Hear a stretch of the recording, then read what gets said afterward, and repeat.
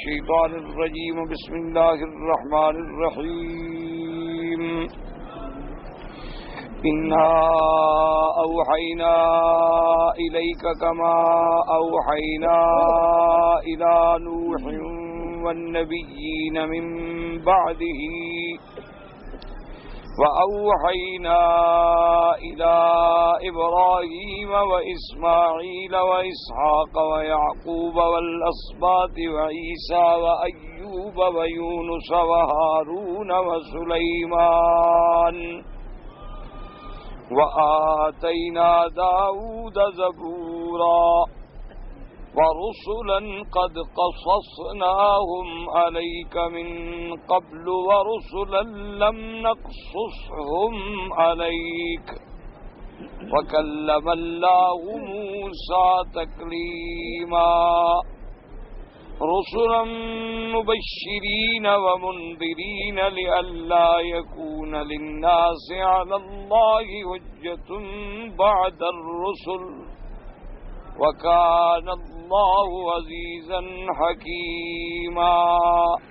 قال المؤلف والمفسر رحمه الله تعالى أدام النفع بعلومه وعلومكم في الدارين آمين إلى أن قال محمد بن إسحاق عن محمد بن أبي محمد كرمة سعيد بن جبير عن ابن عباس رضي الله تعالى عنه قال سكن وعدي بن زيد قال سكن وعدي بن زيد يا محمد صلى الله عليه وسلم ما نعلم أن الله أنزل على بشر من شيء بعد موسى فأنزل الله تعالى في ذلك من قولهما إنا أوحينا إليك كما أوحينا إلى نوح والنبيين من بعده إلى آخر الآيات.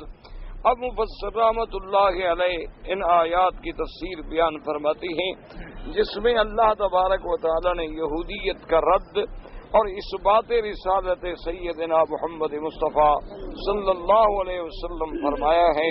جیسے میں نے آپ سے عرض کیا تھا خلاصہ درس میں، اصل تو وہ یہودیوں کا اعتراض تھا کہ یسألک اہل الکتاب المنزل علینا کتاب من السماء، کہ سوال کرتی ہیں اہل کتاب آپ سے کہ آسمان سے پوری کتاب کیوں نہیں اتاری گئی. اس کے بعد جواب شروع ہوئے تھے کہ یہودیوں نے تو موسیٰ علیہ السلام سے یہ کہا عیسیٰ علیہ السلام کے بارے میں یہ کہا. ان کی تو عادت ہے، ان کا مقصد کوئی ہدایت نہیں، ان کا مقصد اناد اور فساد ہے. اب اسی کا اللہ تبارک و تعالی جواب دے انا اوحینا الیک، ہم نے آپ کی طرف وحی بھیجی، اور یہ وحی بھیجنا کوئی نئی بات نہیں. کما اوحینا الی نوح والنبیین من بعدہ، جیسے کہ ہم نے وحی بھیجی نوح علیہ السلام کی طرف اور ان کے بعد جو انبیاء علیہم السلام بھیجے، کیونکہ شریعت کی ابتدا جو ہے وہ حضرت سیدنا نوح علیہ السلام سے ہے، کیونکہ اول رسول نوح علیہ السلام، سب سے پہلے رسول جو دنیا میں بھیجے گئے وہ حضرت نوح علیہ السلام ہیں. حضرت آدم علیہ السلام کو اللہ نے خلیفہ بنایا، اللہ تبارک و تعالی نے انہیں نبی بنایا، لیکن انہیں شریعت دے کے نہیں بھیجا گیا، احکام دے کے نہیں بھیجا گیا. انہیں تو پہلے دنیا میں آباد کیا گیا، بسایا گیا، اور پھر ان کی اولاد نسل ذریت کو بڑھایا گیا. اب جب دنیا میں آبادی ہو گئی تو اب ضرورت تھی کہ ان کے لیے کوئی نظام ہو، دستور حیات ہو، احکام ہوں، اوامر و نواہی ہوں، تاکہ پھر ان کا نظم چلے. ایسے تو پھر ایک جنگل کا قانون ہو جائے گا، جو مرضی آئے جو چاہے کرتا پھرے. پھر اللہ تبارک و تعالی نے رسول بھیجے. سب سے پہلے رسول جو ہیں وہ حضرت سیدنا نوح علیہ السلام، اور سب سے آخری رسول پاک جو ہیں وہ سرکار دو عالم صلی اللہ علیہ وسلم سیدنا محمد الرسول اللہ علیہ الصلاۃ والتسلیم ہیں. تو اس لیے ان آیات مبارک میں اصل میں یہودیت کا رد ہے اور اس بات رسالت مصطفیٰ صلی اللہ علیہ وعلا آلہ واصحابہ وسلم تسلیما کثیرا کثیرا. لیکن یہ بات یاد رکھا کریں کہ یہ تمام آیات مبارک یا خطاب ہوتا ہے اہل کتاب کو، یا خطاب ہوتا ہے اس وقت کے حاضر معاندین کو. اب اگر کسی کا خدا پر ہی ایمان نہیں ہے تو وہ ان آیات پہ کیا ایمان لائے گا؟ جو بندہ خدا کو ہی نہیں مانتا، اس کو اگر یہ کہا جائے کہ اللہ نے فرمایا میں نے وحی بھیجی ہے تو خدا کو نہیں مانتا، وہ تو دہریہ ہے. وہ تو منکر خدا ہے، اس کا تو اللہ پر بھی ایمان نہیں، اس نظام عالم کے بارے میں بھی اس کے نظریات ہیں کہ یہ حادثہ ہے، اتفاق سے بس یہ چیز پیدا ہو گئی اور اتفاق سے یہ چیز ختم ہو جائے گی۔ تو ایسے لوگوں کے لیے تو کوئی ان کا تو ختم اللہ علی قلوبہم وعلی سمعہم وعلی ابصارہم غشاوۃ۔ البتہ اہل کتاب جو ہیں وہ خدا کو مانتے تھے، یہ الگ بات ہے کہ انہوں نے بھی اپنے ایمان کو گڑبڑ کر دیا، جیسے آج مسلمان کتنے ہیں کلمہ پڑھتے ہیں لیکن عقیدے ختم ہو گئے۔ اسی طرح وہ مانتے تھے کہ اللہ بھی ہے، اللہ نے نبی بھی بھیجا ہے، اللہ نے کتاب بھی اتاری ہے، تو ان کے رد میں جب یہ باتیں آتی ہیں تو پھر ان کے پاس کوئی جواب نہیں ہوتا۔ اسی لیے مفسر رحمۃ اللہ علیہ فرماتے ہیں سکندر ابن یزید نے حضور پاک صلی اللہ علیہ وسلم سے یہ کہا کہ ہمارے علم میں تو یہ ہے کہ اللہ نے پھر نوح علیہ السلام کے بعد کسی پر وحی کی ہی نہیں، یعنی اور کسی پر وحی نہیں آئی، صرف نوح علیہ السلام پہ آئی۔ تو ان کے رد میں اللہ نے یہ آیت نازل فرمائی کہ انا اوحینا الیک کما اوحینا الی نوح والنبیین من بعدہ، اور یاد رکھیں کہ وقف کا وحی کا معنی ہوتا ہے کہ خفیہ طریقے سے ایک چیز کا پہنچا دینا، لیکن آگے پھر اس کے جو ہیں طریقے الگ ہیں۔ کبھی تو اللہ تبارک و تعالی فرشتے کو بھیج دیتے ہیں، اور کبھی اللہ تبارک و تعالی حضور صلی اللہ علیہ وسلم کے قلب پہ القاء فرما دیتے ہیں، اور کبھی حضور صلی اللہ علیہ وسلم کو ایک آواز آتی ہے، صوت آتا ہے کہ کدوی النحل، کہ جیسے نحل کی شہد کی مکھیاں بن بناتی ہیں ایسی آواز آتی ہے، لیکن حضور کو سمجھا دیا جاتا ہے۔ حضور صلی اللہ علیہ وسلم پوری طرح سمجھ رہے۔ اور کبھی ایسا ہوتا ہے کہ سلسلہ کا سلسلۃ الجرس، کہ ایسے ہوتا ہے کہ جیسے ایک عظیم ہلکی سی گھنٹی کی آواز آ رہی ہو، تو وہ بھی دراصل ایک بیدار کرنے کا طریقہ ہے، لیکن وحی تو اللہ حضور کے دل میں ڈال رہے ہوتے۔ اور سب سے آسان طریقہ جو ہے وہ یہ ہے کہ جبریل علیہ السلام انسانی شکل میں کسی انسان کی صورت میں حضور صلی اللہ علیہ وسلم کے پاس آتے، آپ کے ساتھ بیٹھتے، آپ پر اللہ کا قرآن پڑھتے، اللہ کی وحی پہنچاتے، اللہ کے سلام پہنچاتے اور پھر تشریف لے جاتے۔ اور جب وہ انسانی شکل میں آتے تھے تو اس وقت سب صحابہ دیکھتے تھے، لیکن ان کو معلوم نہیں ہو سکتا، ان کو معلوم نہیں ہوتا تھا۔ کئی دفعہ ایسا ہوا کہ جبریل علیہ السلام ایک انسان کی صورت میں آئے، حضور صلی اللہ علیہ وسلم سے سوال کیے، حضور پاک نے جواب دیے۔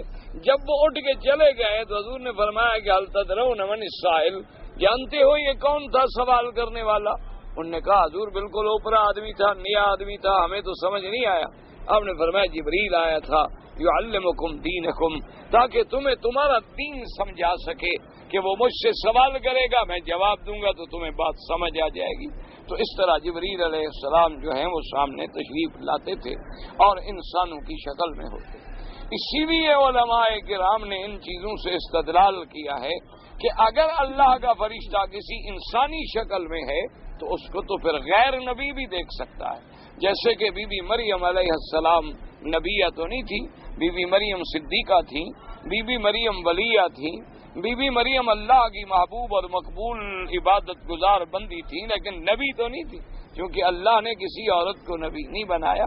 تو حضرت جبریل علیہ السلام جب آئے تو انہوں نے دیکھا اور کہا کہ انی اعوذ بالرحمن منک ان کنت تقیا، قال انما انا رسول ربک لأہب لک غلاما زکیا۔ پھر باقاعدہ بی بی مریم سے تخاطب ہوا، مکالمہ ہوا اور کلام ہوا۔ تو علماء نے لکھا ہے کہ اگر اللہ کے نوری فرشتے اپنی اصلی صورت میں ہوں تو کوئی نہیں دیکھ سکتا، لیکن اگر وہ صورت انسان میں ہوں تو پھر ان کو دیکھ سکتے ہیں۔ اسی طرح جنات کے بارے میں بھی ہے کہ جن بھی اپنی اصلی شکل میں ہمیں نظر نہیں آتے، کیونکہ وہ تو ہمیں دیکھ سکتے ہیں لیکن ہم انہیں نہیں دیکھ سکتے۔ جیسے کہ اللہ تبارک و تعالی نے قرآن پاک میں ارشاد فرمایا ہے کہ وہ انہ یراکم هو وقبیلہ من حیث لا ترونہم، کہ شیطان اور اس کی ذریت اور اولاد جو ہے وہ تمہیں دیکھ سکتی ہے لیکن تم انہیں نہیں دیکھ سکتے۔ لیکن علماء نے لکھا ہے کہ اگر جن، شیطان بھی تو جن ہے نا، اگر جن انسان کی شکل میں ہو یا کسی جانور کی شکل میں ہو تو پھر ہم اس کو دیکھ سکتے ہیں۔ بلکہ بعض علماء نے یہ بھی لکھا ہے کہ اگر کوئی جن انسان کی شکل میں ہے یا کوئی جن بکری کی شکل میں ہے، گائے کی شکل میں ہے، اور کسی بندے نے اس کو پکڑ لیا ہے تو جب بندہ چھوڑے نا تو وہ شکل نہیں بدل سکتا، لیکن جب بندہ چھوڑ دیتا ہے تو پھر وہ فوراً اپنی شکل کو بدل دیتا ہے، یعنی کسی اور شکل میں تبدیل ہو جاتا ہے۔ تو اس لیے اللہ تبارک و تعالیٰ کی یہ حکمتیں ہیں، اللہ تبارک و تعالیٰ کے ہر حکم کے اندر ایک احکام ہیں۔ وجہ یہ ہے کہ وہ دونوں مخلوقات جو ہیں ہماری جنس سے نہیں ہیں۔ یاد رکھیں، فرشتوں کو اللہ نے پیدا کیا نور سے، جنات کو اللہ نے پیدا کیا نار سے، آگ سے، تو وہ دونوں ہماری جنس نہیں ہیں۔ اس لیے جب وہ جنس ہی دوسری ہیں تو ان کے حالات کو اصلی شکل میں دیکھنا جو ہے وہ ہمارے لیے بہت مشکل ہے۔ اور اسی لیے بعض لوگوں پر جو جنات کا اثر ہوتا ہے یہ بھی صحیح ہوتا ہے، جنات اثر کرتے ہیں، جنات انسانوں کو اپنے قبضے میں کر لیتے ہیں، جنات انسانوں کے ساتھ تعلق جوڑ لیتے ہیں۔ اچھا، اسی طرح جنات جو ہیں اللہ معاف فرمائے وہ عورتوں پہ عاشق ہو جاتے ہیں، ان کی عورتیں مردوں پہ عاشق ہو جاتی ہیں، لیکن یہ بات یاد رکھیں کہ اگر ایسی کچھ ہو جائے نا پھر وہ آدمی بالکل جل کے راکھ ہو جاتا ہے، کیونکہ وہ نار ہے نا آگ ہے، پھر وہ آدمی ایسے ہو جاتا ہے جیسے کوئی ٹی بی کا مریض ہو۔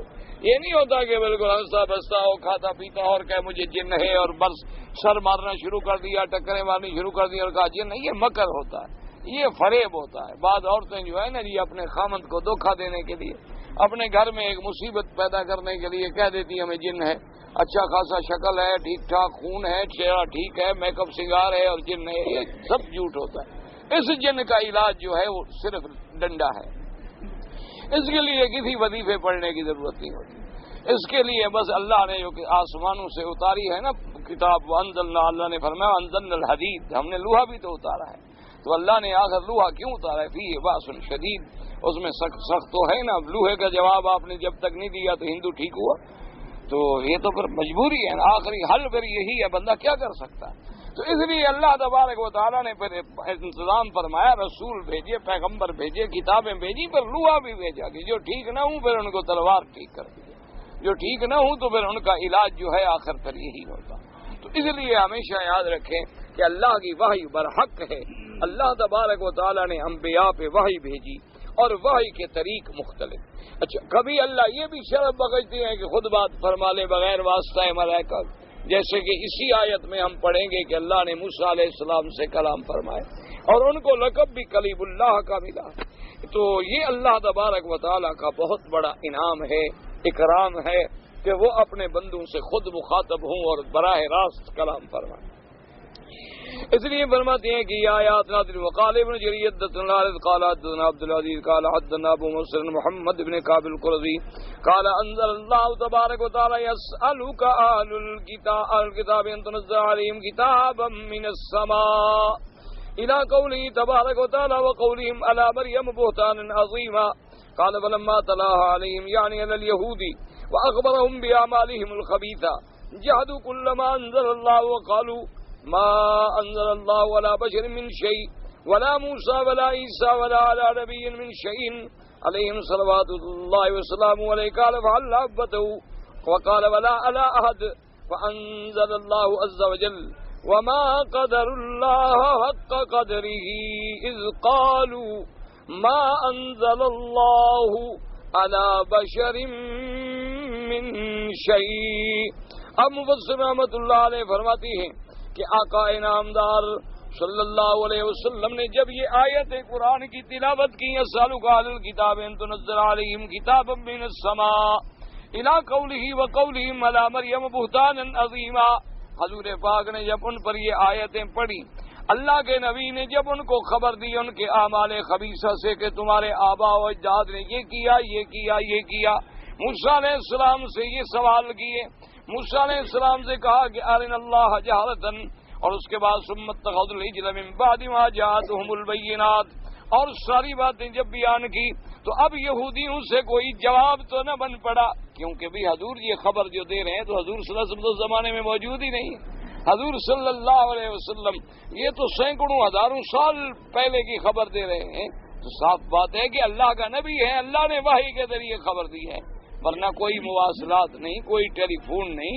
کوئی اس زمانے میں انٹرنیٹ نہیں، تو آخر یہ سارے معلومات کہاں سے آ گئے؟ یہ تو دلیل تھی صداقت رسول اللہ کی صلی اللہ علیہ وسلم. اب ان سے جواب تو کوئی نہ بن پڑا. اب دلیل کا کوئی جواب نہ دے سکے تو کہنے لگے کہ ما انزل اللہ علی بشر من شیء، اللہ نے کسی بندے پہ کوئی وحی نہیں کی.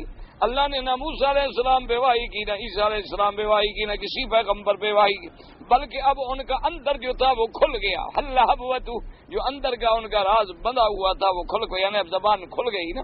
کہنے لگے ما انزل اللہ علی بشر من شیء، سب کا انکار کر دیا. کہنے لگے جی اللہ نے تو کسی نبی پر وحی اتارا ہی نہیں، بس قصہ ہی ختم ہو گیا. اللہ پاک نے پھر قرآن میں آیت اتاری فما قدر اللہ حق قدرہ اذ قالوا ما انزل اللہ علی بشر من شیء. اللہ نے فرمایا ان بدبختوں نے اللہ تبارک و تعالیٰ کی کوئی تقدیر، اللہ کی عظمت کا صحیح اعتراف نہیں کیا، بلکہ اللہ تبارک و تعالیٰ کے شان میں گستاخی کر کے یہ کہنے لگے کہ اللہ نے کسی بندے پہ وحی اتاری ہی نہیں ہے. تو اب یہ تو حد ہوتا ہے نا جی. جیسے وہی بات ہے نا، جیسے کوئی بندہ گیا ہو کہنے لگا کہ میں سارے شہر والوں کو جھوٹا کر آیا. لوگوں نے پوچھا کیسے؟ ہونے کا جو کہتے تھے میں نہیں مانتا تھا، جو بات وہ کرتے تھے میں نہیں مانتا. وہ کہتے تھے کعبہ شریف، کہتا نہیں ہے. وہ کہتے رات ہے، میں کہتا نہیں ہے. تو سارے جھوٹے ہو گئے، میں سچا ہو گیا. اب اس کا تو کوئی علاج نہیں ہوتا نا کہ آدمی اپنے نبی کی وحی سے بھی منکر ہو جائے. یعنی موسیٰ علیہ السلام کو ماننے والے کہیں کہ موسیٰ علیہ السلام پر بھی وحی نہیں آئی، عیسیٰ علیہ السلام کو ماننے والے کہیں کہ عیسیٰ علیہ السلام پر بھی وحی نہیں آئی، بلکہ اتنا آگے بڑھ جائیں کہ وہ کہیں کہ ما انزل اللہ علی بشر من شیء، کسی بندے پر وحی اللہ نے کی ہی نہیں ہے، بس ختم. معنی یہ ہے کہ نعوذ باللہ سلسلہ نبوت کا بھی انکار ہو گیا. وفي هذا الذي قاله محمد بن كعب القرظي نظر، فإن هذه الآية التي في سورة الأنعام مكية، وهذه الآية التي في سورة النساء مدنية، وهي رد عليهم لما سألوا النبي صلى الله عليه وسلم ينزل عليهم كتابا من السماء. قال الله تبارك وتعالى وقد سألوا موسى أكبر من ذلك. اب مفسر رحمۃ اللہ علیہ فرماتی ہیں کہ محمد بن کعب القرظی نے یہ بات جو کی ہے کہ ایسی بات انہوں نے کی، یہ بات صحیح نہیں ہے، کیونکہ سورۃ الانعام کی یہ آیت ہے وما قدر اللہ حق قدرہ اذ قالوا ما انزل اللہ علی بشر من شیء. تو یہ سورۃ الانعام جو ہے مکے میں اتری اور سورۃ النساء جو ہے وہ مدینے میں اتری. تو لہذا جنہوں نے انکار کیا تھا وہ مکے کے مشرک تھے، وہ تو کسی نبی کو مانتے ہی نہیں تھے. تو اس لیے انہوں نے کہا کہ کسی نبی پہ وحی نہیں ہے. یہ یہودیوں کا انکار نہیں ہے. کیوں یہودی انکار کرتے تو یہ بات کیوں کہتے کہ ایسے کتاب اتارو جیسے اللہ نے موسیٰ علیہ السلام پہ اتاری؟ وہ تو اقرار کر رہے ہیں، وہ تو سوال یہ کر رہے ہیں کہ کتاب قرآن اکٹھا کیوں نہیں اترا، تھوڑا تھوڑا کر کے کیوں اترا ہے. تو لہذا مفسر رحمۃ اللہ علیہ فرماتے ہیں کہ محمد ابن کعب القرظی نے جو یہ بات نقل کی ہے کہ انہوں نے سب نے کہہ دیا کہ ما انزل اللہ علی بشر من شیء، یہ بات ٹھیک نہیں ہے. اصل میں یہ واقعہ پیش آیا مکے میں. سورۃ الانعام مکیہ ہے کہ جب حضور پاک نے اپنے وحی کا ذکر کیا تو اب مشرکین مکہ تو نہ موسیٰ علیہ السلام کو مانتے تھے، نہ عیسیٰ علیہ السلام کو مانتے تھے، نہ کسی نبی کو مانتے تھے، نہ حضور پاک کو مانتے تھے، نہ وحی کو مانتے تھے، نہ جبریل کو مانتے تھے. تو اس لیے انہوں نے انکار کر دیا. لیکن یہود ایسی جرت تو کر ہی نہیں سکتے، کیونکہ ان کے تو سوال میں اقرار موجود ہے کہ آپ پر ایسی کتاب کیوں نہیں اتاری گئی جیسے موسیٰ علیہ السلام پہ پوری کتاب اتری. تو اللہ نے فرمایا ان سے پوچھو کہ جب موسیٰ علیہ السلام پہ پوری کتاب اتاری تو تم نے مان لیا؟ تم تو ایسے بدبخت ہو کہ اللہ کا کلام سن کے بھی کہنے لگے کہ خدا سامنے آ کے بات کرے. تو تم نے تو وہاں بھی نہیں مانا. اگر ساری کتاب اترے تب بھی تو نہیں مانتے ہو، تھوڑی تھوڑی اترے تب بھی نہیں مانتے ہو. اور جن کے مقدر میں اللہ نے ایمان لکھا ہے وہ تھوڑی اترے تو مانتے ہیں اور کٹھی اترے تو مانتے ہیں، وہ ایک آیت اترے تو مانتے ہیں اور 1000 آیتیں اترے تو مانتے ہیں. کہ جب اللہ پر، اللہ کے رسول پر ایمان ہے تو جو اللہ کا رسول فرما دیں گے ہمارا ایمان ہے علیہ الصلاۃ والتسلیم. جب ہم نے حضور کا کلمہ پڑھ لیا اب حضور پاک ہمیں جنت کی خبر دیں، آخرت کی خبر دیں، قبر کی خبر دیں. حالانکہ ہمارے عقل میں وہ بات داخل نہیں ہو سکتی، لیکن حضور کا فرمان ہے آمنا و صدقنا. ہمارا عقل دھوکہ کھا سکتا ہے، ہماری نظر دھوکہ کھا سکتی ہے، ہماری فہم غلط ہو سکتی ہے، لیکن فرمان رسول عربی صلی اللہ علیہ وسلم کبھی غلط نہیں ہو. اب دیکھیں نا، حضور نے فرمایا کہ عذاب قبر ہوتا، بس ہمارا ایمان ہے کہ عذاب قبر ہوتا. اب آدمی حالانکہ اگر عقلی دلائل میں آئے اور دلائل عقلی میں الجھ جائے تو اس کی سمجھ سے بالا تر ہوتی ہے بات. وہ کہتے ہیں جی کئی کافر ہیں، ہم نے دیکھا مر گئے، ان کو انہوں نے کولڈ سٹوریج میں تلاجے میں رکھ دیا، پڑے ہیں، کچھ بھی نہیں ہوتا، 2 سال 5 سال 10 سال رکھے رہتی۔ اچھا بعض ایسے بھی ہیں کفار جو مر جاتی ہیں اور اپنے آپ کو مستقل وہی رکھوا دیتے ہیں کہ جی ہمیشہ کے لیے ہمارے پیسے ادا کر دو اور ہم ہمیشہ رکھے رہیں گے، کولڈ سٹوریج میں رکھے رہتے ہیں، نہیں تبدیل ہوتے، تو ان کو تو کوئی عذاب نہیں ہو رہا۔ اور کئی مسلمان ہم نے دیکھا کہ رکھے رکھے گل گئے، مرنے کے فوراً بعد بدبو آنے لگ گئی، لاشیں پھٹ گئیں، تو بظاہر تو بات سمجھ میں آنے والی نہیں ہوتی، لیکن جب حضور فرما دیں، سرکار دو عالم صلی اللہ علیہ وسلم فرما دیں تو پھر ہمارا ایمان ہے، کیونکہ ہمیں تو نیند کا مسئلہ بھی سمجھ نہیں آتا تو عالم برزخ کیسے سمجھ جائے۔ اب دیکھو نا جی، نیند میں آدمی بستر پہ سویا ہوا ہے، خواب دیکھتا ہے میں کعبے میں طواف کر رہا ہوں، میں مدینہ منورہ میں کھڑا ہوں، حالانکہ نیند میں سویا۔ اچھا کبھی کبھی ایسا بھی دیکھتا ہے خواب میں کہ کوئی آدمی مجھے مار رہا ہے، کوئی آدمی مار رہا ہے اور مار کی تکلیف ہوتی ہے، اسی تکلیف سے بیدار ہو کے اٹھ بھی جاتا ہے، نہ کوئی مارنے والا ہے اور نہ کوئی تکلیف ہے۔ اچھا کبھی ایسا بھی ہوتا ہے کہ بندہ کہتا ہے میری لڑائی ہو گئی خواب میں نے مخالف کے کپڑے پھاڑ دیے، اٹھتا ہے تو اپنے کپڑے پھاڑ چکا ہوتا۔ تو انسان ہے تو انسان اپنے نیند کے مسئلے حل نہیں کر سکتا، جائیں کہ عالم برزخ کے مسائل حل کرے۔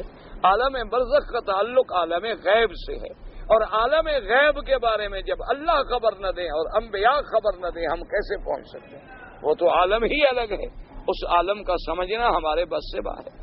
دیکھیں نا جی، اب سیارات ہیں، مشتری ہے، زحل ہے، عطارد ہے، شمس ہے، قمر ہے، ان ستاروں پر اللہ کا ایک نظام ہے، وہ عظیم قرات ہیں، ان پہ اپنے اچھا سورج میں دھماکے ہوتے ہیں، سورج میں زلزلے آتے ہیں، تو یہ اللہ کے ایک نظام ہے، جب تک ہمارے پاس وہ علم نہ ہو تو ہم کیسے سمجھ سکتے ہیں؟ تو اسی لیے ہمیشہ یاد رکھیں کہ اصل بات یہ ہوتی ہے کہ جن کو اللہ نے ایمان نصیب کر دیا پھر وہ تو کرتے ہیں سیدنا صدیق کی ابتدا رضی اللہ تعالی عنہ، کہ حضرت صدیق بس یہ کہتے تھے کہ قال رسول اللہ، یہ بات حضور نے فرما دی، انہوں نے کہا صدق رسول، حضور نے فرما دی تو سچ کہہ دیا، بس حضور کی زبان سچی ہے، کبھی غلط بات کہہ ہی نہیں سکتی۔ اب دیکھیں روم کہاں اور مکہ کہاں، حضور نے فرما دیا سچی ہو۔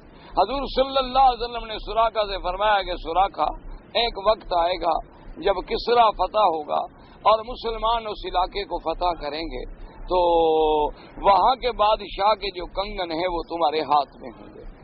تو اب اس وقت سراقہ مسلمان ہی نہیں ہے، یعنی سراقہ حضور صلی اللہ علیہ وسلم کو پکڑنے کے لیے آیا ہے، وہ کافر ہے، مسلمان ہی نہیں، اور حضور آگے کی خوشخبری دے رہے ہیں اس زمانے کی کہ بعد میں جب کسرا فتح ہوگا۔ لیکن سراقہ کہتا ہے کہ بظاہر تو مجھے یہ بات بڑی عجیب لگی، لیکن میں سنتا تھا کہ حضور اللہ کا نبی جو کہتا ہے وہ سچ ہوتا ہے۔ کہتا ہے خدا کی شان ہے، سیدنا عمر کا زمانہ تھا، حضرت امیر المؤمنین عمر بن الخطاب رضی اللہ عنہ کے زمانے میں وہ ملک فتح ہوا، تو مال غنیمت جب آیا تو کسرا بادشاہ کے کنگن بھی تھے، پہلے بادشاہ سونے کے کنگن بھی ہاتھوں میں پہنتے تھے، گلے میں پہنتے تھے، کرتے تھے، بڑے ہیرے جواہرات ٹکے ہوئے ہوتے تھے۔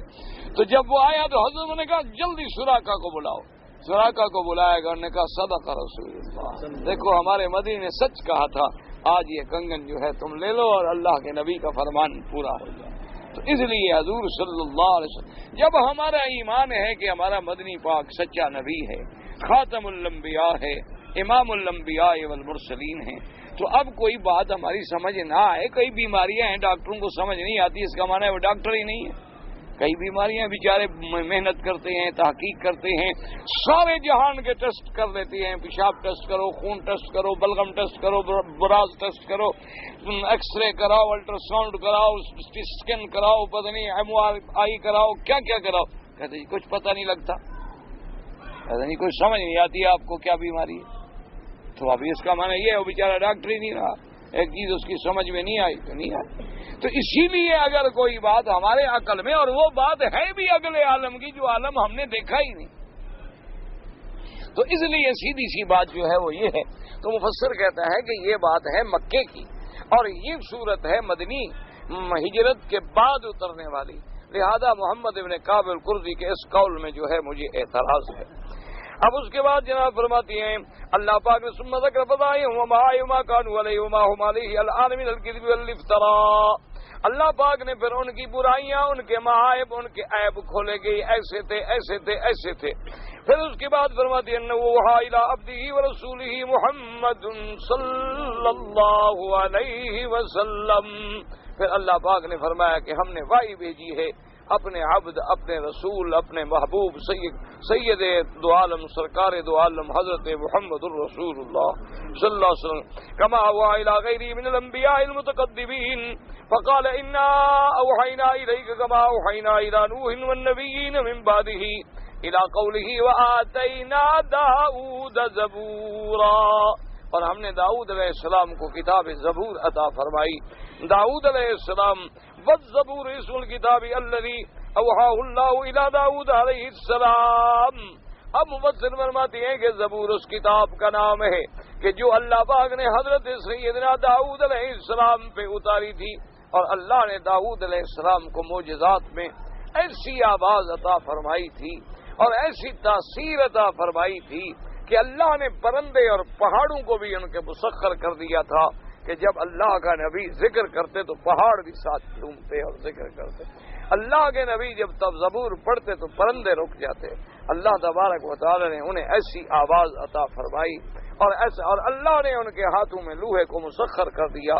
اللہ تبارک و تعالی نے اب دیکھیں نا جی لوہا جو ہے وہ گرم ہوگا، گرم ہو کے پھر آپ اس کو یعنی نرم کرتے ہیں.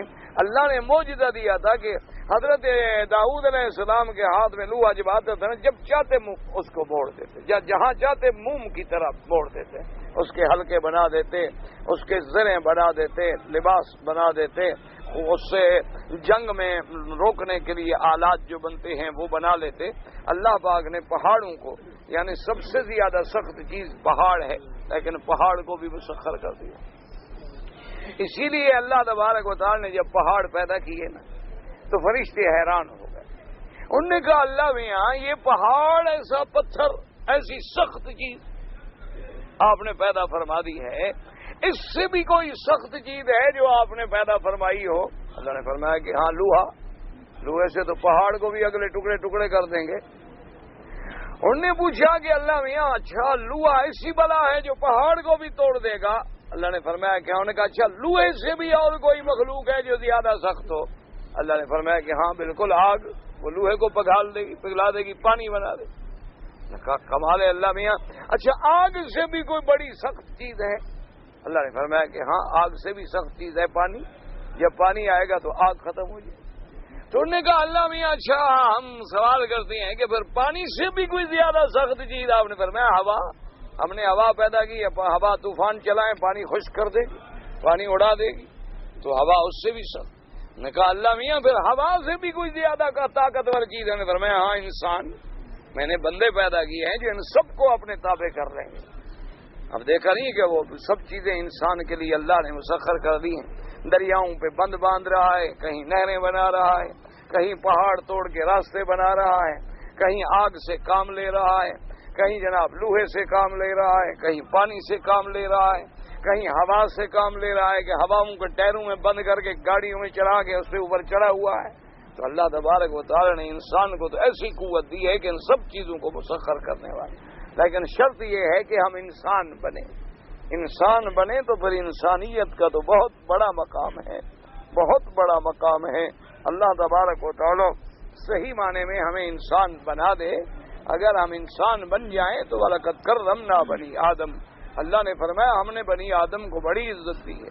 حَمَلْنَاهُمْ فِي الْبَرِّ وَالْبَحْرِ. میں نے تو اس کو بر و بحر کا سردار بنا دیا ہے کہ یہ دریاؤں پہ بھی سواری کرتا ہے اور خشکی پر بھی سواری کرتا ہے، زمین کو بھی روند ڈالتا ہے اور دریاؤں کو بھی روند ڈالتا ہے. دیکھا نہیں ہے کہ جب طارق بن زیاد آیا، جب مجاہد مسلمان جاگ جائے نا، اللہ تبارک و تعالی اس کے اندر جذبہ اسلام کو بیدار کر دے، تو جب وہ دریاؤں کے کنارے پہ پہنچا تو حکم دیا دے گا سب کشتیاں توڑ دو. انہوں نے کہا حضرت کہاں جائیں گے؟ انہوں نے کہا ہر ملک ماس، ملک خدا ہے ماس. سارا اللہ کا ملک جو ہے وہ ہمارا ہے، اللہ نے ہمارے لیے پیدا کیا. بس اب جہاں ضرورت ہو دریاؤں پہ گھوڑے ڈال دو، بس ہم نے اللہ نے لکھا ہے تو پار جائیں گے. تو مسلمان کو تو اللہ نے وہ طاقت دی ہے. اب مسلمان نہ رہیں تو پھر کیا علاج ہے؟ اب مسلمان سود خور بن جائے، مسلمان زانی بن جائے، مسلمان شرابی بن جائے، مسلمان اللہ تبارک و تعالیٰ کا نافرمان بن جائے، مسلمان حضور کا گستاخ بن جائے، مسلمان حرام کھانے والا بن جائے، مسلمان بے غیرت اور دیوس بن جائے، مسلمان اپنی بیٹیوں کا سوداگر بن جائے، مسلمان عزتوں کا بیوپاری بن جائے، مسلمان کافروں کا دلال بن جائے، بے غیرت ہو جائے، منافق بن جائے، تو پھر اس کا کیا حل ہے؟ پھر تو اسفل سافلین میں چلا جاتا ہے۔ اس لیے اللہ نے فرمایا کہ پھر ہم نے تو اس کو بڑا اونچا کیا تھا، لیکن جب وہ اپنے اعمال میں گرا تو ثم رددناہ اسفل سافلین، پھر ہم نے اس کو اسفل سافلین میں پہنچا دیا۔ تو اس لیے اگر ہم آج بھی مسلمان بن جائیں تو یہ سب دریا بھی تیرے ہیں، یہ شجر و حجر بھی تیرے ہیں، یہ ساری فضائیں ہوائیں بھی تیری ہیں، یہ سب کچھ اللہ نے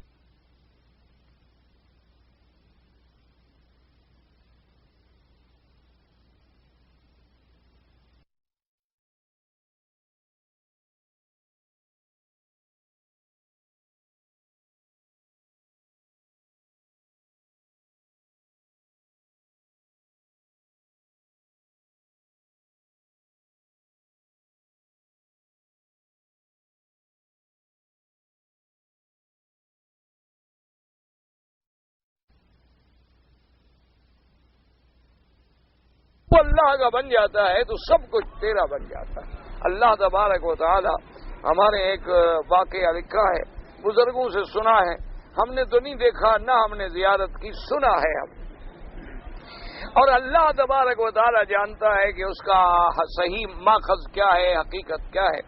ایک بہت بڑے بزرگ گزرے ہیں، وہ پیر بھی تھے اور بہت بڑے مجاہد بھی تھے اور موحد بھی تھے، وہ حلوے والے پیر نہیں تھے، وہ اللہ کی توحید والے پیر، بہت بڑے مواحد اور بہت بڑے مجاہد، اور بڑا اللہ نے مقام دیا تھا۔ وہ اتنے بڑے آدمی تھے کہ بڑے بڑے علماء ان کے دروازوں پہ جاتے تھے۔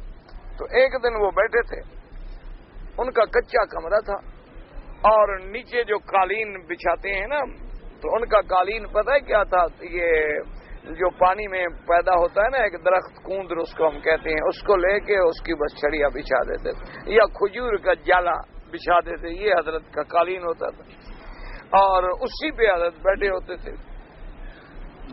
تو ایک آدمی آیا، آگے وہ لنگر میں رہا، وہ 2 دن 4 دن 5 دن 10 دن، اس نے کہا پتہ نہیں یہ کیا ہے، ابھی 400 آدمی کا کھانا پک رہا ہے، صبح 400 آدمی کو ناشتہ ملتا ہے، ظہر کی روٹی ملتی ہے، پھر رات کی روٹی ملتی ہے، کوئی قرآن پڑھ رہا ہے، کوئی ذکر کر رہا ہے، کوئی نفل پڑھ رہا ہے، کوئی عبادت کر رہا ہے، اور بظاہر کوئی ذریعہ بھی نہیں، کوئی پیسہ بھی نہیں، کچھ نہیں، کہاں سے یہ خرچ ہوتا چلا جائے؟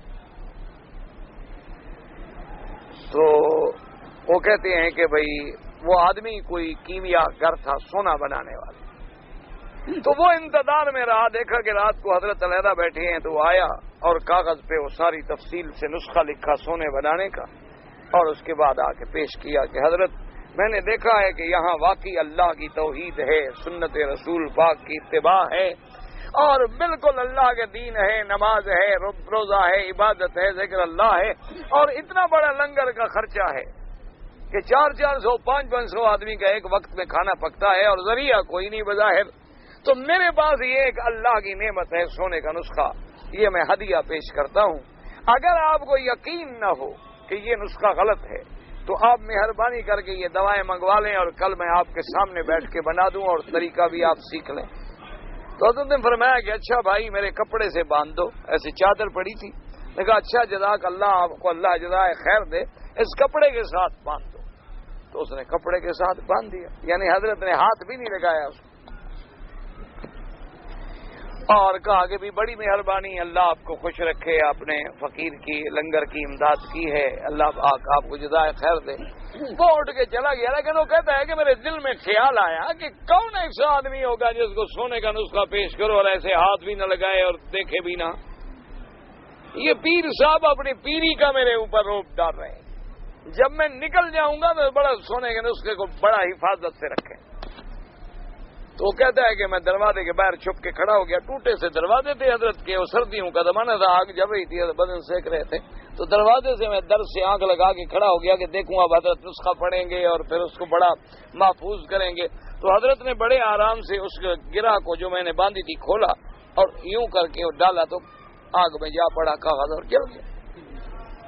انہیں دیکھا ہی تو اس کی چیخ نکل گئی باہر. وہ تو پاگل ہو گیا. سونے کا نسخہ کوئی ایسا کرتا ہے؟ لوگ سونے کے نسخے کے لیے تو مر جاتے ہیں. سونے کا نسخہ جس نے پاگل ہونا ہو نا اسی کام میں لگ جائے. جس نے اپنے گھر کی جائیدادیں برباد کرنی ہوں. ہمارا بھی ایک دوست تھا عاشق مر گیا ہے. وہ بڑا کیمیا گر تھا, بڑا سونا کا ماہر تھا. وہ تھا بڑا بدبخت, مر گیا. بر اللہ اس کے گناہ معاف کرے. بڑے بڑے لوگوں کو اس نے بے وقوف, لیکن وہ تھا اپنے فن کا ماہر تھا, بہت بڑا ماہر. اس کو ایک ذمہ دار نے پکڑ لیا. اس نے کہا بات سنو, یا مجھے نسخہ بتاؤ ورنہ میں تمہیں مار ڈالوں. آگے ٹکر جاتے ہیں نا ایسے. اس نے جناب گڑھا کھودا, یہ واقعہ ہے, یعنی اس میں کوئی جھوٹ نہیں. گڑھا کھود کے اس کو دفن کیا یہاں تک, اور اس نے کہا کہ دیکھو یہ نسخہ بتا دو ورنہ میں تمہیں اسی طرح زندہ کھڑا کھڑا زمین میں گاڑ دوں گا. کون گواہی دے گا بدبخت تیری؟ میرا علاقہ ہے, تمہیں کون گواہ ہے جو گواہی دے گا میں نے تمہیں مارا ہے؟ تم اسی طرح مت. اس نے کہا جتنا مٹی ڈالنی ہے ڈال دو, میں نسخہ نہیں دیتا.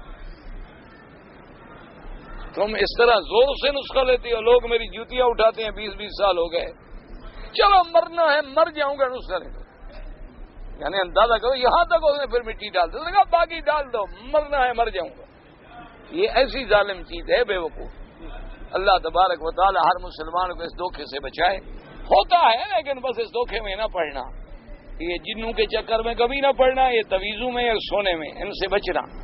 ورنہ انشاءاللہ جو کچھ ہے نا پہلے گھر میں, اللہ کی رحمت سے وہ بھی نہیں رہے گا انشاءاللہ العزیز. لوگوں کے لیے تویز اثر کرے نہ کرے, تیرے گھر میں بربادی شروع ہو جائے گی. یہ بڑے مشکل مسائل ہوتے ہیں. خیر جی, تو اس نے چیخ جب ماری تو حضرت نے کہا بھی دیکھو کون رو رہا ہے, بلاؤ. انہوں نے کہا حضرت آپ نے سونے کی بے قدری کر دی, سونے کا نسخہ آگ میں ڈال دیا. انہوں نے کہا بیٹھو پاگل ادھر, یہ کیا ہے؟ وہاں کوئی لوہے کی کوئی چیز پڑی تھی, تو حضرت نے لیا, اس پہ کچھ پڑا, دم کیا, فرمایا دیکھو اب کیا ہے؟ نے کہا یہ تو سونا ہے. تو اس نے کہا پاگل, سونا تو میری پھونک سے بن جاتا ہے, تیرے نسخے کو میں کیا کروں؟ انہوں نے کہا بدبخت, یہ ساری زندگی خدا مجھے روزی دے رہا تھا, اب سونے کا نسخہ مجھے روزی دے گا؟ نکل جاؤ بدبخت, تم مجھے اللہ کے توکل سے ہٹانے کے لیے آیا. یہ غریبوں کے لنگر ہیں, اللہ بھیجتا ہے, چلتے رہیں گے. نہیں بھیجے گا بند ہو جائیں گے. میں یہ توکل علی اللہ وہ حسبہ, سونے کے لیے بیٹھے ہوئے ہیں. ہم تو اس کے دروازے پہ پڑے ہیں, کھلا دے الحمدللہ, پلا دے الحمدللہ, نہ کھلائے الحمدللہ, نہ پلائے الحمدللہ. کبھی دال کھلائے مرضی, کبھی پلاؤ کھلائے مرضی, کبھی بھوکھا سلائے مرضی. اس کی حکمتیں ہیں اور اس کے ہر حکم پہ ہم راضی ہیں. تو مجھے اللہ کے توکل سے ہٹا کے دنیا میں لگانے آیا تھا شیطان, نکل جاؤ میرے لنگر سے.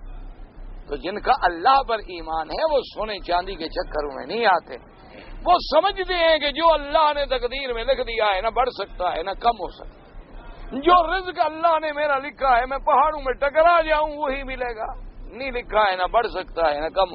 کتنے لوگ ہیں ایمان سے دیکھو, ساری زندگی محنت کرتے ہیں, بچوں کی روٹی مشکل سے پوری ہو. اور کتنے جاہل ہیں, نام لکھنا بھی نہیں جانتے, انگوٹھا بھی لگانا نہیں جانتے. بینکوں میں اتنا پیسہ پڑا ہے ان کو حساب بھی نہیں آتا کہ کتنا ہے. جاہل بالکل. الف کا ہونا کیا لکھا وہ کہیں گے جی لکڑی کھڑی ہے. اور پڑھے لکھے علماء ہیں, روٹی نہیں ہوتی. بڑے بڑے شاعر ہیں, ادیب ہیں, فصیح ہیں, بلیغ ہیں, بڑے بڑے استاد ہیں, شیخ الحدیث ہیں, گھر میں روٹی.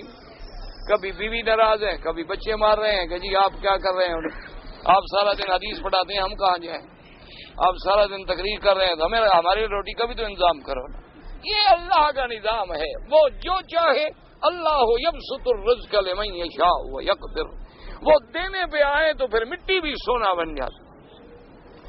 اسی طرح صحیح حدیث میں یہ واقعہ موجود ہے. ایک صحابی تھے, ان کا نام تھا حضرت عبد الرحمن ابن عوف رضی اللہ عنہ. جب میرے پاک نبی سرکار دو عالم صلی اللہ علیہ وسلم مدینہ منورہ ہجرت کر کے آئے تو آپ نے مہاجروں اور انصاریوں کو بھائی بنایا کہ ایک مہاجر ایک انصاری, ایک مہاجر ایک انصاری, دونوں کو آپس میں بھائی بنایا. تو حضرت عبد الرحمن ابن عوف کے بھائی بنے سعد ابن الربیع رضی اللہ تعالی عنہ، وہ انصاری۔ دعا کریں اللہ ہمارے مہاجر انصار کو بھی بھائی بنا دے۔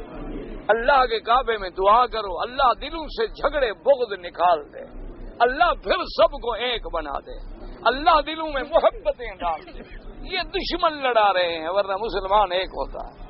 مسلمان کے دل میں یہ قدورتیں جو ہے نا دشمن بڑھتے ہیں۔ اب دیکھا نا جب اللہ نے مسلمانوں کو عزت دی تو سارا ملک اللہ اکبر سے گونج رہا تھا۔ کوئی جھگڑا تھا کہ کون سندھی ہے، کون بلوچی ہے، کون فلان ہے، کون فلان ہے، سب مسلمان تھے جناب۔ یعنی وہ غریب آدمی جس کے گھر میں روٹی بھی نہیں تھی نا، وہ بھی سڑکوں پہ خوشی سے ناچ رہے تھے اور اللہ اکبر کے نعرے لگا رہے۔ تو یہ تو اللہ تبارک و تعالی مسلمان ایک ہے، دشمن ہمیں لڑاتا ہے۔ دعا کرو اللہ پھر مسلمانوں کو ایک کر۔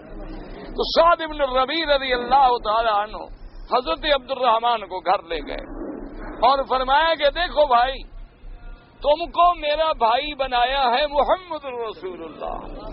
انہوں نے کہا اس سے بڑی کوئی بات ہے، ایک بھائی تو ماں کے گھر میں پیدا ہو گیا نا، ایک وہ بھائی ہے جس کے بھائی ہونے کا گواہ محمد رسول اللہ ہے۔ تو نے کہا بات سنو، میرے دو باغ ہیں، اللہ نے مجھے دو باغ دیے ہیں، بڑے باغ ہیں کھجوروں کے، لی بستانان ولی امراتان، میرے دو باغ ہیں اور میری اس وقت دو بیویاں ہیں۔ دو باغ دیکھ لو، جو باغ تمہیں سب سے اچھا لگے نا، ایک تیرا ایک میرا، جب بھائی ہو تو بس ختم ہو گئی بات۔ اور میری دونوں بیویوں کو دیکھ لو، جو تمہیں اچھی لگے میں طلاق دے دیتا ہوں، عدت گزرے تم شادی کر۔ جب بھائی ہو تو ہر چیز آدھو آدھ، گھر بھی آدھا تیرا آدھا میرا، بیوی بھی ایک لے لو، باغ بھی لے لو، سامان بھی لے لو۔ اگر آپ اور ہم ہوتے نا، ہم کہتے دونوں لے لو۔ آدمی شریف ہے، ہاتھ آ گیا ہے تو اس کو ٹھیک ٹھیک مجھ کو کہو تم دونوں کو اطلاق دے دو، اور باغ بھی دونوں دے دو، تم تیسرا پیدا کرنا۔ لیکن آگے بھی تو صحابی تھا نا، اس نے کہا بارک اللہ لک فی مالک و اہلک، کہ میرا بھائی اللہ تیرے مال میں تیرے اہل میں تجھے برکت دے۔ دلنی الی السوق، بس مجھے کوئی منڈی کا رستہ بتا دو، کوئی رسی دے دو، ایک کلہاڑی دے دو، لکڑیاں لے کے بیچوں گا، تجارت کروں۔ انہوں نے جا کے فرماتی ہیں کہ میں نے تجارت شروع کی اور اللہ تبارک و تعالیٰ نے مجھے اتنے پیسے دے دیے کہ ایک دن حضور صلی اللہ علیہ وسلم نے جہاد کے لیے غزوے میں چندہ کیا، آپ نے چندے کا حکم دیا تو میں جلدی سے دوڑا ہوا گیا اور اس زمانے میں 2000 درہم جو ہیں وہ میں لے آیا۔ اور حضور نے فرمایا کہ عبد الرحمن ابن عوف تم نے کیا صدقہ کیا اللہ کے راستے میں؟ میں نے کہا حضور میرے پاس 4000 تھے، 4000 تھے، 2000 میں نے گھر والوں کے لیے چھوڑا ہے اور 2000 سرکار حضور کے دروازے پہ لایا ہوں۔ تو آپ نے ایک دعا دی، آپ نے فرمایا بارک اللہ لک فیما انفقت، جو اللہ کے راستے میں تم نے خرچ دیا ہے نا اللہ اس میں بھی برکت دے، وہ فیما امسکت، اور جو تم نے گھر میں رکھا ہے نا اللہ اس میں بھی برکت دے۔ تو حضرت عبد الرحمن ابن عوف فرماتے ہیں کہ میرے حضور کی ایسے دعا لگی، بتائیے وہ شخص ہے کہ اس نے حکم دیا کہ جتنے اصحاب بدر ہیں سب کو 400 درہم جو ہے میری طرف سے دو، اور 100 صحابہ تھے اس وقت موجود۔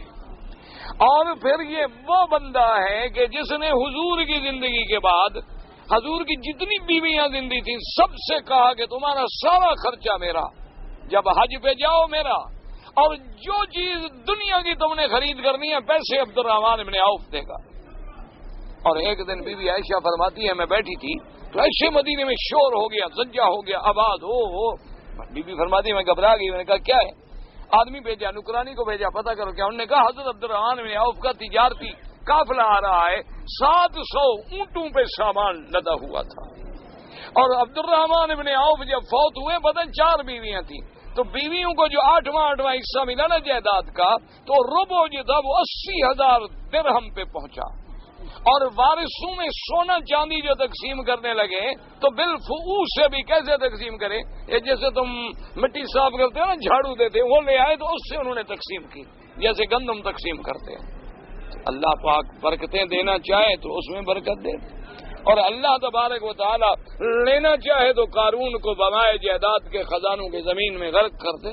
تو یہ سارے معاملات اللہ کے ہاتھ میں ہیں. اللہ تبارک و تعالیٰ پر توکل کیا کریں اور اسی پر بھروسہ کیا کریں.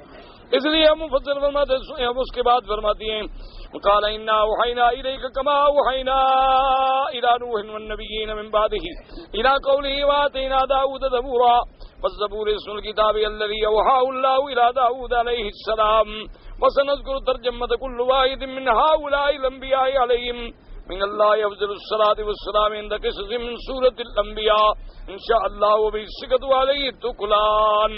اب مفسر فرماتے ہیں کہ زبور وہ کتاب ہے جو اللہ نے داؤد علیہ السلام پہ اتاری.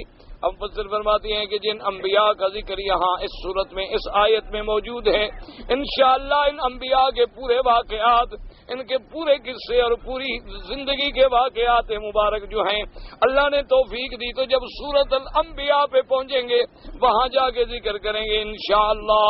اسی پہ بھروسہ ہے، اسی پر توکل و آسرا ہے. واللہ تعالی عالم وعلمہ اتم.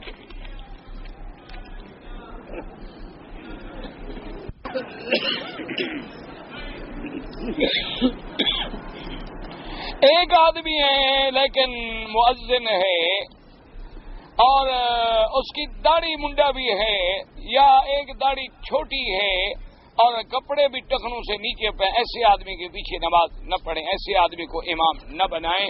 امام کے لیے ضرورت ہوتی ہے فَلْيَؤُمُّكُمْ أَعْلَمُكُمْ بِكِتَابِ اللَّهِ. امام وہ بنے جو اللہ کے قرآن و سنت کا علم رکھنے والا ہو اور اس پہ عمل کرنے والا. اور پھر امام جو ہے اس کو اللہ نے بڑا مرتبہ دیا. امام کی لوگوں نے اقتدا کرنی ہے. اب اگر امام ہی داڑھی منڈاتا ہو تو پھر لوگ کیسے داڑھی رکھیں گے؟ اگر امام ہی نعوذ باللہ گناہ کبیرہ کا مرتکب ہو تو لوگ کیسے گناہ چھوڑیں گے؟ اگر امام کا لباس ہی سنت کے خلاف ہو تو لوگ کیسے سنت کے مطابق لباس پہنیں گے؟ اس لیے حکم ہے، حتیٰ کہ علماء نے لکھا ہے کہ علماء اور امام ان کا ایسا ہونا چاہیے کہ لوگ ان کو دیکھ کے دین کی اقتدا کریں. ایسا نہ ہو کہ الٹا وہ دین سے متنفر ہو جائے. ایسے بندے کو امام نہ بنایا جائے. اگر ایک آدمی اکیلا ہے، وہ نماز پڑھتا ہے، تو کیا اس وقت بھی تکبیر کہے؟ بالکل کہے تو ثواب ہے، اجر ہے. فرشتے تو ہوتے ہیں نا. حرم کے باہر جو مسجدیں ہیں ان میں بھی اللہ پاک لاکھ بلکہ 25 لاکھ کا ثواب دیتے ہیں. ہم نے ایک آدمی سے 1 لاکھ روپیہ لیا، وہ بولا کہ ہر مہینے ہمیں 2000 روپیہ سود دینا. میں نے وہ 2000 روپیہ سود اس کو کچھ مہینوں تک تو دیا، بعد میں بند کر دیا اور اب اس کو اصل پیسے تو واپس کر دیے لیکن سود ادا نہیں کیا. کیونکہ تم نے بھی تو اپنی ضرورت پوری کر لی نا، نکال لی نا. دونوں نے لعنت کا ارتکاب کیا. سود لینے والا بھی لعنتی ہوتا ہے اور دینے والا بھی لعنتی ہوتا ہے. اب شریعت میں تیرے ذمہ نہیں ہے کہ تو سود ادا کرے، لیکن تم نے بہرحال کوئی اچھا کام نہیں کیا. اس نے سود دے کر اگر جرم کیا ہے تو تم نے بھی تو لے کر جرم کیا ہے نا. اس نے تو 2000 روپیہ تمہارے ساتھ طے کیا، ٹھیک ہے حرام ہے. تم نے جو دیا تمہارے لیے بھی تو حرام ہے. اصل میں تم نے اپنا کام نکالنے کے بعد اچھا جی اب 1 لاکھ لے لو. بہرحال دینا تو اس کو 1 لاکھ ہی ہے، اوپر دینا حرام ہے. لیکن بہرحال تم دونوں نے گناہ کا ارتکاب کیا ہے. اللہ کے آگے توبہ کرو اور آئندہ ایسی چیزوں سے بچو اور ایسا کام نہ کیا کرو. بلکہ اب تو تم لوگ ایک فیصلہ کر لو کہ اپنے ملک میں بھی ہنڈی سب بند کر دو، صحیح قانون کے مطابق بھیجو تاکہ تمہارے ملکوں کا فائدہ ہو کہ اسلامی ملک ہے اور اس کو اس وقت بڑے حالات کی ضرورت ہے. ہندوستانی مسلمان ہمارے بھائی ہیں، ہم تو ہمیشہ ان کے لیے دعا کرتے ہیں. یہ اصل میں ہندوستانی مسلمانوں کو سمجھ نہیں آتی بات. اگر پاکستان مضبوط ہوگا تو ہندوستانی مسلمانوں کی جان بھی بچے گی. اگر ہم کمزور ہو گئے تو ان کو تو وہاں کھا جائیں گے وہ. اس لیے جب مسلمانوں کے لیے دعا کرتے ہیں الحمدللہ، مسلمان ہندوستان میں ہو، مسلمان بنگلہ دیش میں ہو، برما میں ہو، عرب میں ہو، عجم میں ہو، سب الحمدللہ انما المؤمنون اخوۃ، سب بھائی ہیں اللہ تبارک و تعالی. اور جہاں اسلام کو عزت ملے گی وہ سب مسلمانوں کی عزت ہے. جہاں اسلام کو غلبہ ملے گا وہ سب مسلمانوں کا غلبہ ہے، وہ کسی ایک کا نہیں ہوتا. ہر کلمے پڑھنے والے کی اگر مسلمانوں کو تکلیف ہوگی تو سب کو تکلیف ہوگی، کیونکہ مسلمان تو ایسے ہیں کل بنیان ایک عمارت ہے۔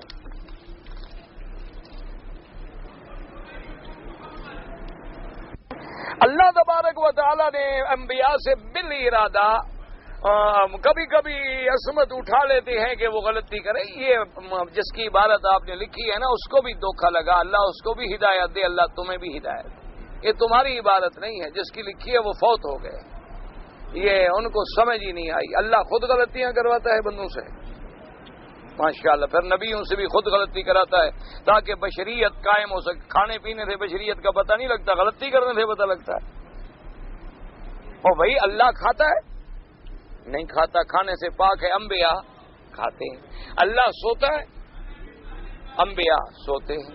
اللہ کو بخار ہوتا ہے؟ انبیاء کو بخار ہوتا ہے۔ اللہ کو کبھی زخم لگ سکتا ہے؟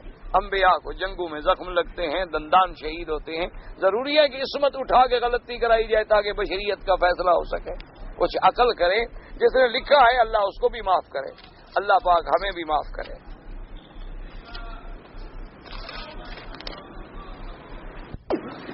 بڑی عید پر گائے کی قربانی کے ساتھ حصے ہوتے ہیں، اونٹ بھینس کا ایک نہیں، اونٹ بھینس سب کے ساتھ ہوتے ہیں۔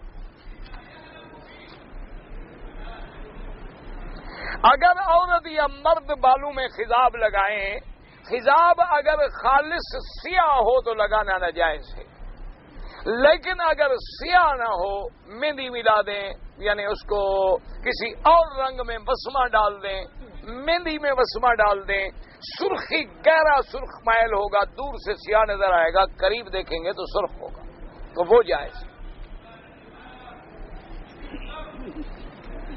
داڑھی کی شرعی حیثیت جو ہے ایک مشت۔ بچی اور بچہ بیمار ہیں، اللہ شفا دے، دعا کرو جن کی بچے بچیاں بیمار ہیں اللہ سب کو شفا دے، اللہ سب کی بیماریاں دور فرما دے، اللہ تبارک و تعالی سب بیماروں پہ شفا کے فیصلے فرما دے، ظاہری باطنی روحانی جسمانی سب بیماریاں دور فرما دے۔ مجھے آپ کے خط لکھنے کا ایڈریس چاہیے۔ بھائی میں ایک بات یاد رکھو، ایک تو میں جواب دینے میں بڑا سست ہوں، اور دوسرا کچھ مجبوری بھی ہے کہ میں کس کس کو جواب دوں۔ اگر صرف میں جواب لکھنے بیٹھوں تو سارا دن صرف جواب ہی لکھتا رہوں۔ اس لیے بہرحال اگر آپ نے ایڈریس پوچھنا ہے تو بعد میں کسی ساتھی سے لکھوا لینا یا کارڈ لے لینا، ورنہ کوئی فائدہ نہیں ہوتا خط لکھنے کا۔ مجھے بعد میں مجھے گالیاں دیتے رہو کہ مولوی صاحب کو خط لکھا جواب نہیں دیا۔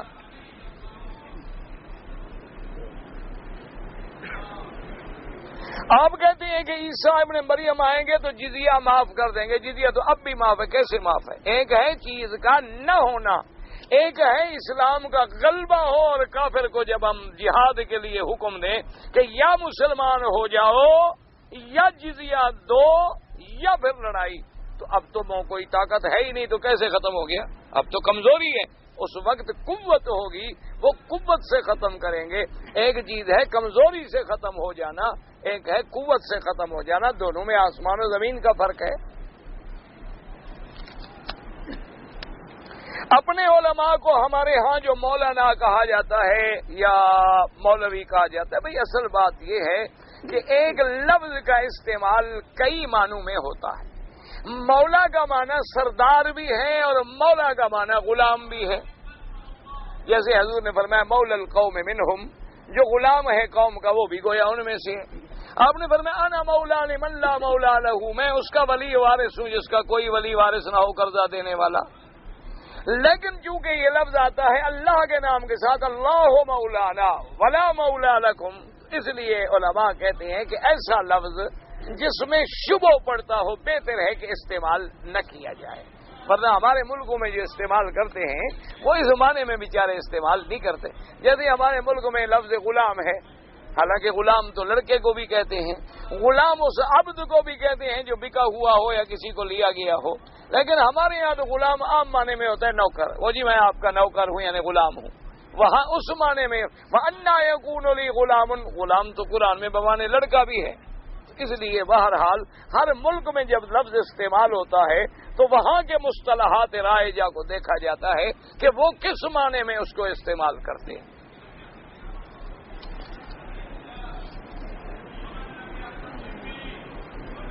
مسلمان ہونے کے لیے کلمہ پڑھ لینا کافی ہے، کیا مانا صرف زبان سے پڑھے ایمان نہ لائے تو کلمہ کیا ہوا؟ ایمان کی تعریف ہی یہ ہے کہ جو تصدیق بالقلب و اقرار باللسان و عمل بالارکان، تب جا کے مسلمان بنے گا۔ ظاہر زبان سے تو منافق بھی کلمہ پڑھتے تھے، اذا جاءک المنافقون قالوا نشهد انک لرسول اللہ واللہ یعلم انک لرسولہ واللہ یشهد ان المنافقین لکاذبون۔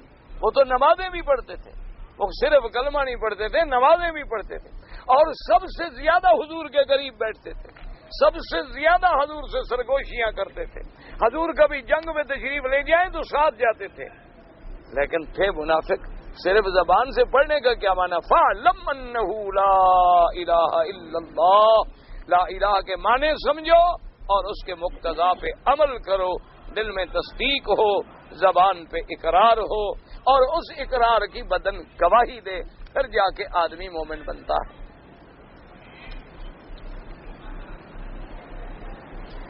اگر مسجد الحرام میں آدمی اپنی بیوی کا ہاتھ پکڑ کے چلے تو بھی اپنی بیوی کا ہاتھ کیوں نہ پکڑے؟ کیا ہے؟ کچھ بھی نہیں۔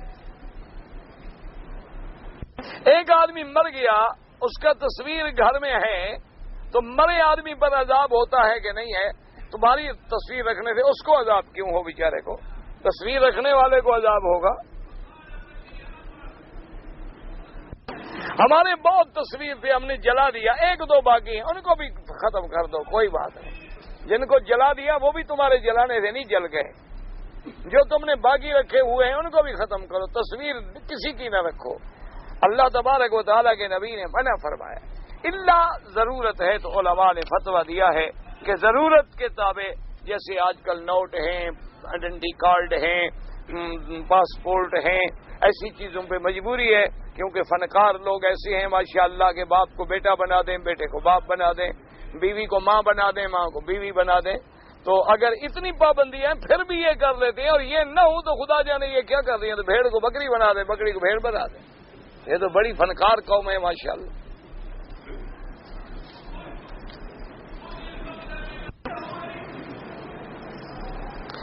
میں نے ابہا سے حج کے دوران میں احرام باندھا، نیت کی حج پتہ نہیں کی، تو میری مہر نہیں لگی ہوئی تھی، واپس اتار دیا، 7 دن مجھے بند رکھا، دوسرے دن رہا کیا، دم دینا پڑے گا؟ ہاں دینا پڑے گا۔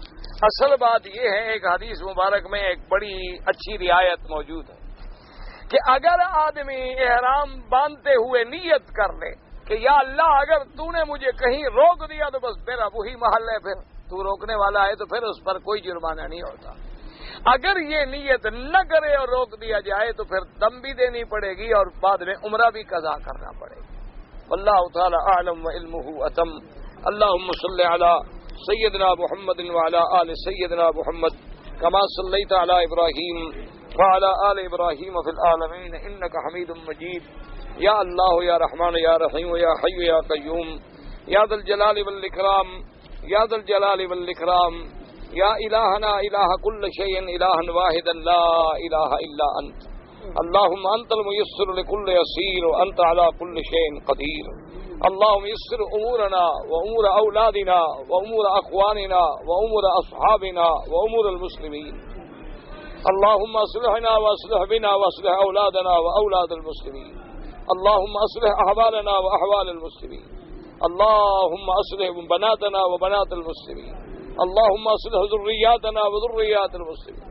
اللهم اصلح لنا شاننا كلها فلا تكلنا الى انفسنا طرفة عين قط ولا اقل من ذلك۔ یا اللہ بیماروں کو شفا عطا فرما، یا اللہ بیماروں کو شفا عطا فرما، یا اللہ بیماروں کو شفا عطا فرما، بے حیاؤں کو حیا عطا فرما، بے دینوں کو دین عطا فرما، بے اولادوں کو اولاد عطا فرما، جن کی اولادیں ان کو صالح بنا، بے روزگاروں کو روزگار عطا فرما، قرض داروں کے قرض ادا فرما، جن کا رزق تنگ ہے ان کے رزق میں برکتیں عطا فرما۔ یا اللہ عالم اسلام کی عزت کا فیصلہ فرما، یا اللہ کفر کی ذلت کا فیصلہ فرما، یا اللہ پاکستان کی حفاظت فرما، یا اللہ پاکستان کی حفاظت فرما، یا اللہ پاکستان کی حفاظت فرما، یا اللہ اس کو اسلام کا قلعہ بنا، قرآن و سنت کا قانون جاری فرما، یا اللہ قرآن و سنت کا قانون جاری فرما، یا اللہ قرآن و سنت کا قانون جاری فرما، یا اللہ عالم اسلام کو سر بلند فرما دے، یا اللہ کفر کو سر نگوں کر دے، یا اللہ مسلمان ہندوستان میں ہیں، بنگلہ دیش میں ہیں، برما میں ہیں، اراکان میں ہیں، عرب میں ہیں، عجب میں ہیں، فلسطین میں ہیں، جس ملک کشمیر میں ہیں، کوسوفو شیشان میں ہیں، ان کی جان مال آبرو عزت کی حفاظت فرما، یا اللہ مسلمانوں کی حفاظت فرما، یا اللہ مسلمانوں کی نصرت فرما، یا اللہ مسلمانوں کی مساجد